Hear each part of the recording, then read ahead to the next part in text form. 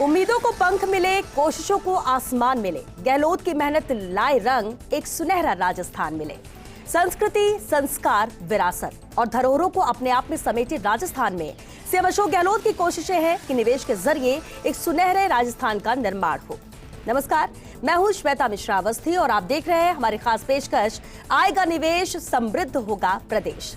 CM Ashok Gehlot का vision, उनकी मेहनत को रंग देने और उनके विश्वास को पूरा करने का जिम्मा जिनके कंधों पर है। राजस्थान फाउंडेशन के आयुक्त धीरज श्रीवास्तव आज हमारे साथ हैं, खास मेहमान हैं। हम उनसे समझने की कोशिश करेंगे कि आखिर निवेश के बाद राजस्थान की तस्वीर कितनी बदलेगी, अब तक इन्वेस्टर समिट को लेकर क्या क्या हुआ है, अलग अलग शहरों में हुए रोड शो से क्या कुछ मिला है, आगे की प्लानिंग क्या है, निवेशकों के लिए सुविधाएं क्या होंगी और भी तमाम सवाल है जो हम उनसे पूछेंगे। बहुत स्वागत है धीरज जी आपका। बेहद खास ये सब्जेक्ट भी है और पूरी प्रदेश की जनता इसे समझना भी चाहती है। इन इन्वेस्टर समिट से राजस्थान सरकार को, राजस्थान फाउंडेशन को कई उम्मीदें भी हैं, लेकिन अभी कुछ परिस्थितियों में इसे पोस्टपोन किया गया है। सबसे पहले तो वो वजह भी जानना चाहेंगे आपको, और कहीं ऐसा तो नहीं कि जितनी उम्मीद और जितने ज्यादा उत्साह के साथ तैयारियां चल रही थी वो अब कहीं ना कहीं कम हो जाएगी? नमस्कार, बहुत शुक्रिया श्वेता जी। तो सबसे पहले तो आपका जो पहला प्रश्न है उसके बारे में बताना चाहूँगा कि जिस मेहनत से इन्वेस्टर समिट की तैयारी की गई उसके नतीजे अवश्य सामने आएंगे। आज की तारीख में जीवन से ज़्यादा महत्वपूर्ण कुछ नहीं है और जो मुख्यमंत्री जी की जो सोच है वो प्रदेश की खुशहाली, समृद्धि और अपने सिटीजन्स की स्वास्थ्य संबंधी सुरक्षा सर्वोपरि है।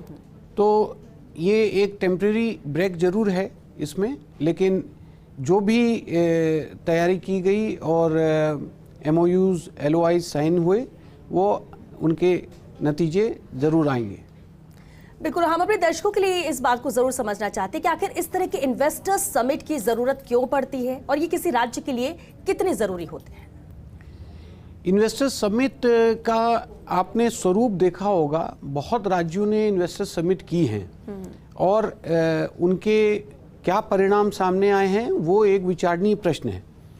और उसके मुकाबले अगर आप ये जो राजस्थान में इस बार अशोक गहलोत जी के नेतृत्व में जिस प्रकार का प्रायोरिटी डिसाइड की गई और स्ट्रैटेजी डिसाइड की गई, that is most important. So strategy से मेरा तात्पर्य ये है कि जितने भी MOUs साइन हुए हैं वो इन्वेस्टमेंट समिट के पहले, क्योंकि अक्सर ये देखा जाता है कि समिट के बाद में वो कागजी कार्रवाई में सब दब जाती है। और इस बार गहलोत साहब के स्पष्ट निर्देश कि जो पॉलिसीज़ में मीनिंगफुल चेंजेस किए गए उससे लेकर के जो निवेशकों में उत्साह है उसको आप बिफोर हैंड सारी तैयारी करें। और इस मामले में जो इंडस्ट्रीज डिपार्टमेंट ने काम किया है वो रिमार्केबल है। जो टीम ऑफ ऑफिसर्स जो कमिटेड तरीके से उन्होंने बिफोर हैंड सारे रोड शोज़ के माध्यम से लोगों को बताया और इस मुकाम तक पहुँचे कि आज हमारे पास कम से कम 5.72 लाख करोड़ इस अमाउंट के MOUs LOI साइन हो चुके हैं। ये अपने आप में एक इतिहास है। बिल्कुल, और इतिहास रचने भी राजस्थान जा रहा है इस समिट के जरिए भी, भले ही पोस्टपोन हुआ हो अभी, क्योंकि आने वाले वक्त में नई तारीख आएगी और फिर से उसी जोश के साथ काम भी होगा। लेकिन राजस्थान फाउंडेशन आपके गाइडेंस में बेहतरीन काम कर रहा है, ये नजर भी आ रहा है, मेहनत भी बहुत ज्यादा हो रही है। अगर बात की जाए उम्मीदों को लेकर तो इस समिट से आपकी उम्मीदें क्या है? उम्मीद तो सिर्फ एक ही होती है, जो प्रदेश की सरकार है अशोक गहलोत जी के नेतृत्व में जो सोच है ये एक गहरी सोच का परिणाम है। उम्मीद इस गहरी सोच से की जाती है कि जो राज्य के हमारे युवा हैं, हमारे जो पूरे नागरिक हैं, उनके लिए एक ऐसा समृद्धशाली प्रदेश बने और जो राजस्थान के जो पहले कमज़ोरियां थीं उनको आज अवसर के रूप में कन्वर्ट किया जा सके। आपको याद होगा कि ये राजस्थान पहले धूल भरे बवंडर और कैक्टस, मीलों लंबे इनफर्टाइल लैंड, इनसे जाना जाता था। रेगिस्तान का नाम लो, राजस्थान आपके सामने आता था। आज की तारीख में राजस्थान जो हॉस्पिटैलिटी और वेडिंग डेस्टिनेशन के रूप में एक अपना एक अलग मुकाम पूरे देश और दुनिया में बना चुका है।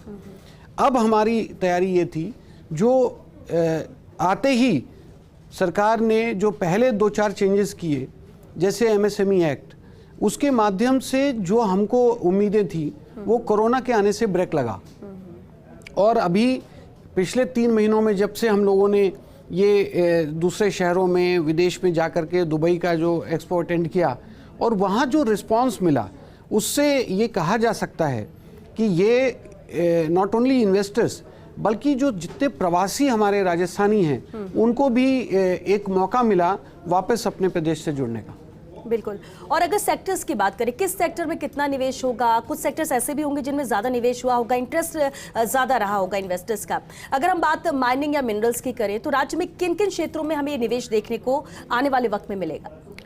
देखिए, सेक्टर्स में इसको विभाजित अगर आप करेंगे तो निश्चित रूप से पहला तो जो सबसे टॉप मोस्ट जो हमारी सबसे बड़ी उपलब्धि रही है वो रिन्यूएबल सेक्टर में रही है। और आज राजस्थान पूरे देश में नंबर 1 स्थान पर खड़ा है। तो रिन्यूएबल सेक्टर्स में सबसे ज़्यादा इन्वेस्टमेंट आए हैं। लेकिन इसके अलावा जो जिस तरीके की एक झड़ी सी लगाई है यहाँ पे सरकार ने, logistic park, solar park, jute park, medicine park और फर्नीचर पार्क, मतलब यू टेक द नेम, और उसका एक डेडिकेटेड वो मैकेनिज्म गवर्नमेंट ने तैयार किया। तो आज हमको आईटी से लगाकर ऐसे सारे सेक्टर्स जिसमें जॉब ज़्यादा जनरेट हों और उन सेक्टर्स को प्राथमिकता दी गई है सरकार की तरफ से नेचुरली, और उसके नतीजे भी उसी अनुरूप आए। बिल्कुल। और हमने देखा भी है कि मुंबई में रोड शो हुआ था, हैदराबाद में हुआ, चेन्नई में हुआ, अहमदाबाद में हुआ, एमओयू साइन हुए। साथ ही अलग अलग जिलों में समिट भी देखने को मिले। अभी तक की कामयाबी क्या कहती है इसे लेकर? टारगेट को अचीव करने की दिशा में आप कितने आगे बढ़े हैं? देखिए, टारगेट, इसको हमारा कोई टारगेट नहीं था। ये आपको मालूम है, अशोक गहलोत जी का जो स्वभाव है, उनका जो नेतृत्व है, वो कम बोलो और काम ज़्यादा करो। So action should speak louder than words. और आपने देखा होगा कि हमारे यहाँ पे पब्लिसिटी को लेकर के कोई स्टंटबाजी नहीं होती, कोई बड़े बड़े फुल पेज एडवर्टीजमेंट नहीं आते, कोई टीवी पर या रेडियो पर कोई आपको जिंगल नहीं सुनाई देगा। तो ज़रूरत इस बात की थी कि जो हमने मीनिंगफुल चेंजेस किए उनको लेकर के बाहर लोगों तक पहुँचो और उनको ये बताया जाए कि आज राजस्थान ने किस तरीके से अपने दरवाजे आपके लिए खोले हैं। और इसका अभूतपूर्व रिजल्ट सामने आया, क्योंकि जिस तरीके से लोगों ने रिस्पांस दिया और उनका जो ट्रस्ट और कॉन्फिडेंस का लेवल था, it was remarkable and it is quite reflecting in the kind of investment which has already been signed. और ये जो एक एक्सपेरिमेंट था बिफोर हैंड एमओयूज करने का, वो अपने आप में एक उपलब्धि वाला रहा है, क्योंकि ऑलमोस्ट 70% जो जिसमें जमीन आवंटन करने थे वो ऑलरेडी कार्रवाई पूरी हो चुकी है। तो these projects will surely see the light of the day. आज हमारा जो 24 तारीख को पहले प्लान था कि जो ग्राउंड ब्रेकिंग करेंगे हम, ये अपने आप में पूरे प्रदेश की फिजा बदल जाती। लेकिन चूंकि कोरोना ने वापस एक पैर पसारे और उसकी वजह से थोड़ा हमने इसको आगे पोस्टपोन करने का नतीजा डिसीजन लिया है गवर्नमेंट ने। बट आई एम श्योर कि ये जो रोड शोज हुए उनके माध्यम से गवर्नमेंट ने रीच आउट किया और उसके रिस्पांस भी उसी हिसाब से आया। बिल्कुल, क्योंकि आइडियाज बहुत आते हैं, उसे इम्प्लीमेंट करना भी एक बड़ी चुनौती होती है। और जैसा कि आपने कहा कि इस बार ये नया एक्सपेरिमेंट था कि एमओयू पहले किए गए, ये आइडिया कैसे आया? क्योंकि इससे आपको क्या लगता है कि वक्त भी बचेगा, पहले चीज़ें जो हो जाएंगी जो कि बाद में होती है उसमें और ज़्यादा वक्त लगता है? क्या एक यही रीज़न था या कुछ और भी? नहीं, निश्चित रूप से ये एक बहुत बड़ा रीज़न है, लेकिन इससे भी ज़्यादा बड़ा रीज़न ये है कि जो पहले के पास्ट एक्सपीरियंसेस रहे हैं, not only in Rajasthan, you see any other state, बहुत सारे स्टेट्स ने ये इन्वेस्टमेंट सबमिट की, लेकिन एमओयू साइन हो जाते हैं, कन्वर्जेंस नहीं होता। उसके बहुत सारे कारण होते हैं। तो इस बार जो गहलोत जी ने ये जो निर्णय लिया कि पहले आप एमओयू करिए, प्रक्रिया पूरी करिए और उसको ग्राउंड ब्रेकिंग तक ले आइए, सो दैट जो गवर्नमेंट का एक exclusive decision one stop solution में रहा, वो उसका भी जो वर्किंग है वो भी अभी नज़र आ रही है कि किस तरीके से डिफरेंट डिपार्टमेंट्स के बीच में एक कोऑर्डिनेशन जो स्थापित होना चाहिए वो भी स्थापित हो रहा है। पूरी ब्यूरोक्रेसी एक कमिटेड वे में कोऑर्डिनेट करके आपस में काम कर रही है। चीफ सेक्रेटरी साहब रेगुलर मॉनिटरिंग कर रहे हैं, CM office under principal secretary to CM उसकी मॉनिटरिंग कर रहा है, और उसी हिसाब से उसके एमओयूज के जो लैंड अलॉटमेंट का प्रोसेस है और दूसरी कार्रवाई है वो सब पूरी हो रही है। तो आज देश के सामने राजस्थान ने एक मॉडल प्रस्तुत किया है, और राजस्थान अशोक गहलोत जी के नेतृत्व में मॉडल पे मॉडल दे रहा है। कोरोना के मैनेजमेंट में भी एक मॉडल प्रस्तुत किया, एक उदाहरण है। आज ये इन्वेस्टमेंट को लेकर के जो उदाहरण है, ये गहलोत साहब की एक गहरी सोच, जो अपने प्रदेश के नागरिकों के लिए जो कमिटमेंट है, उनकी खुशहाली के प्रति जो उनका एक उनके एफर्ट्स हैं, वो सब आपको दिख रहे हैं। बिल्कुल, और ये एक अहम बात आपने कही धीरज जी कि जो पुराने एक्सपीरियंसेस हैं, चाहे वो अच्छे हो या बुरे हो, इंसान उससे सीखता है और आगे और बेहतर करने की कोशिश करता है। इसे लेकर और भी कुछ सवाल है जो आपसे हम जरूर करना चाहेंगे हमारे दर्शकों के लिए, वो भी जो अभी टीवी स्क्रीन पर हमें देख भी रहे हैं, समझ भी रहे हैं कि कैसे राजस्थान में विकास होगा, कैसे रोजगार बढ़ेगा और कैसे दूसरे राज्यों की तरह, बल्कि राजस्थान अभी भी आगे है लेकिन और बेहतर कैसे करेगा। राजस्थान फाउंडेशन का मिस्टर धीरज श्रीवास्तव जी लगातार हमारे साथ बने हुए हैं। धीरज जी, इस समिट के बाद राजस्थान में क्या कुछ बदलेगा, और एक सवाल और है कि निवेशकों को शासन प्रशासन की ओर से क्या सुविधाएं इसे लेकर मिलेंगी, क्या उनके लिए आसानी होगी, इसके लिए क्या प्लान रहेंगे?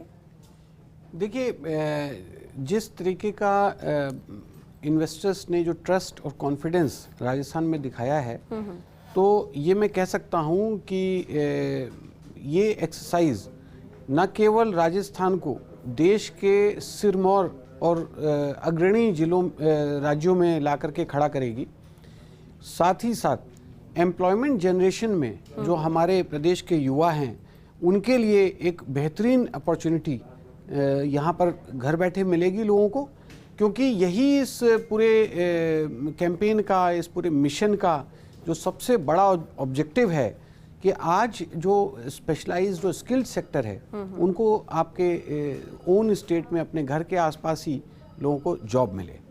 बिल्कुल, और इसी कड़ी में एक अहम चीज़ है, क्योंकि जब इस तरह के कुछ इन्वेस्टर समिट होते हैं तो फोकस होता है राजधानी पर या बड़ी सिटीज़ पर, जहां पर बहुत आर्थिक रूप से जो मजबूत होते हैं, लेकिन जिलेवार राजस्थान में जिस तरह से इसे किया जा रहा है, ये कॉन्सेप्ट कैसे आया और कितना ज़्यादा बेनिफिट जिलेवार भी लोगों को होगा? ये बहुत अच्छी आपने बात कही। ये जो डिस्ट्रिक्ट वाला जो प्लान था, डिस्ट्रिक्ट मीट्स का, ये एक अनोखी सोच का परिणाम है। और जैसा मैंने कहा, ये जो विज़न होता है, जो हमारे चीफ मिनिस्टर हैं उनका जो विज़न है, ये कई बात होती है, जैसे आपने बहुत डबल इंजन बहुत सुनाई देता आजकल। किसी भी राज्य में जहाँ चुनाव होते हैं वहाँ डबल इंजन की बात आती है।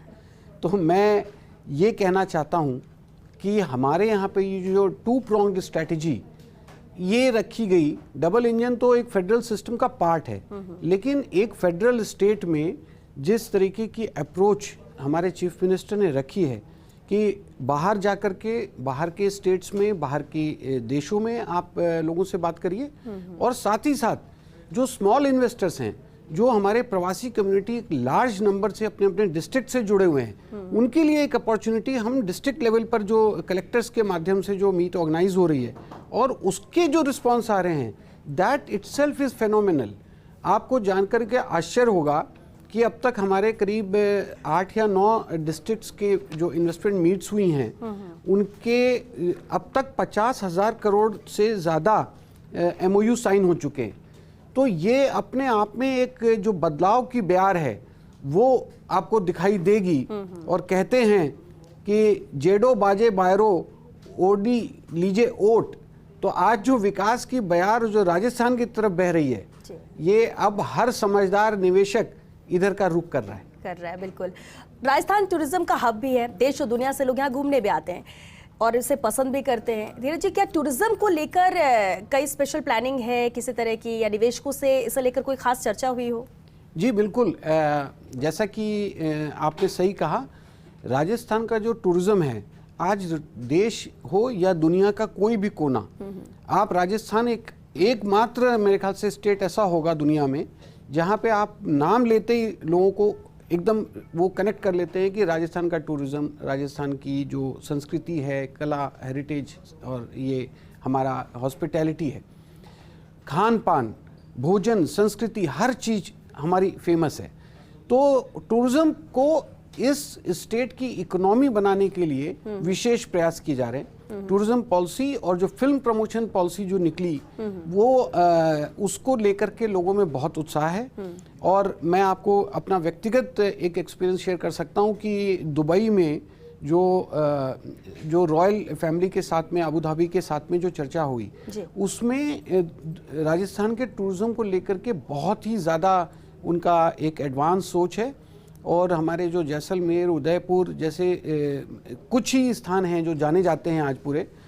अब हम प्रयास करेंगे कि हर कोने में, जो धौलपुर में एक अलग स्कोप है, बीकानेर का अलग है, बूंदी का अलग है, जिस सेक्टर में आप जाइए सातों डिवीजन में 7 किस्म की आपको क्वालिटीज़ दिखेंगी। तो टूरिज्म को और वेडिंग डेस्टिनेशन के हब के रूप में राजस्थान उभरे, उसके लिए विशेष प्रयास किए जा रहे हैं। बिल्कुल।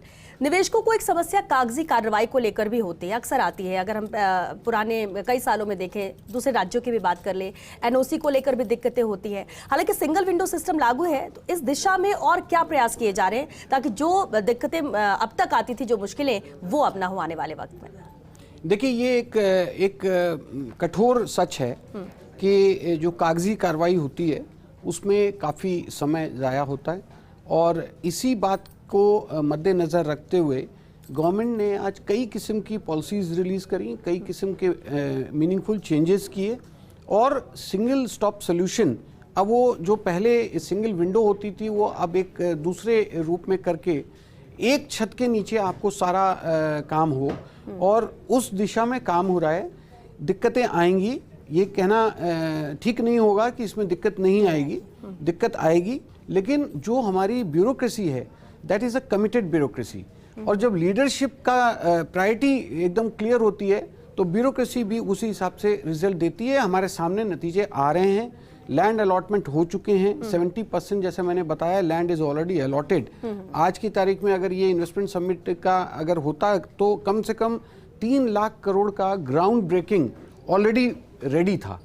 So that itself is a record of sort. बिल्कुल। और एक अहम और आखिरी सवाल है राजस्थान फाउंडेशन को लेकर। राजस्थान फाउंडेशन जिसका नाम अब लोगों के जबान पर है, समिट हो रहे हैं, राजस्थान से बाहर हो रहे हैं, देश से बाहर हो रहे हैं, और ऐसा लग रहा है कि बहुत ज़्यादा एक्टिव लग रहा है राजस्थान फाउंडेशन। ये अचानक से एक्टिव हुआ या पहले कभी इसकी वैल्यू उतनी समझी नहीं गई? नहीं, ये एक बहुत ही वैल्यूबल कॉन्सेप्ट था। और Rajasthan was among the Pioneer states of the country, जिसने अपने प्रवासियों के लिए first time in the history एक इंटरनेशनल कॉन्क्लेव किया था वर्ष 2000 में, जैसा आपको ध्यान हो। उस समय गहलोत साहब चीफ मिनिस्टर थे, और उन्हीं के विजन का ये नतीजा था कि उसको फॉलो अप करने के लिए लगातार संपर्क और समन्वय बनाए रखने के लिए राजस्थान फाउंडेशन का गठन किया गया था। आज जब मुझे ये अपॉर्चुनिटी मिली अपने वीआरएस लेने के बाद में, मुझे जब मेरे पास में एक ऑप्शन था, तो मेरे दिमाग में और सीएम साहब की जो प्रायोरिटी थी उसको ध्यान में रखते हुए मैंने इसमें कुछ अपने जो एक्सपीरियंस, जो एक्सपोजर मेरा दिल्ली में रहा, और जिस तरीके की प्रवासियों के मन में जो उनको एक उत्साह और उमंग थी, उसको लेकर के, और कोविड के दौरान भी उनसे जुड़ने का मौका मिला। मैंने कम से कम साल में 4 बार तो सीएम साहब उनसे बात कर चुके, और दशहरा, दिवाली, तीज, गणगौर जैसे त्योहारों पर उनके साथ हमने वर्चुअल और फिजिकल इवेंट्स किए। तो एक जो फाउंडेशन के पीछे जो सोच थी वो भी इसी विजन का नतीजा थी। और आज मुझे खुशी है कि मैं इससे जुड़ करके जो ये सरकार के जो सकारात्मक पहल थी, उसमें हम लोगों ने भी अपनी तरफ से कुछ अपना दायित्व निभाया, और उसके परिणाम आप लोग के सामने। बिल्कुल धीरज जी, उम्मीद करते हैं कि जिस तरह से विजन लेके सीएम चल रहे हैं, जिस तरह से मेहनत के साथ आप लोग काम कर रहे हैं, कामयाबी मिले। बहुत शुक्रिया फर्स्ट इंडिया से जुड़ने के लिए, बातचीत के लिए। लेकिन देखिए, इतना तो तय है कि जब हम जन्मभूमि की बात करते हैं तो जन्मभूमि से हर कोई जुड़ाव रखता है। भले ही कर्मभूमि बदल जाए, कहीं और जाकर आप बस जाएं, लेकिन हमेशा लगता है कि एक ऋण रहता है जो जन्मभूमि का है। अब इस ऋण को चुकाने का मौका है। अगर आप राजस्थान से बाहर हैं, कहीं भी हैं, अपने प्रदेश से जुड़ सकते हैं, इन्वेस्ट कर सकते हैं, इससे रोजगार भी यहाँ के लोगों को मिलेगा, विकास राजस्थान का होगा, और जब नाम राजस्थान का होगा तो गर्व आप कहीं पर भी होंगे महसूस जरूर करेंगे। चलिए इसी के साथ हमें दीजिए इजाजत। नमस्कार।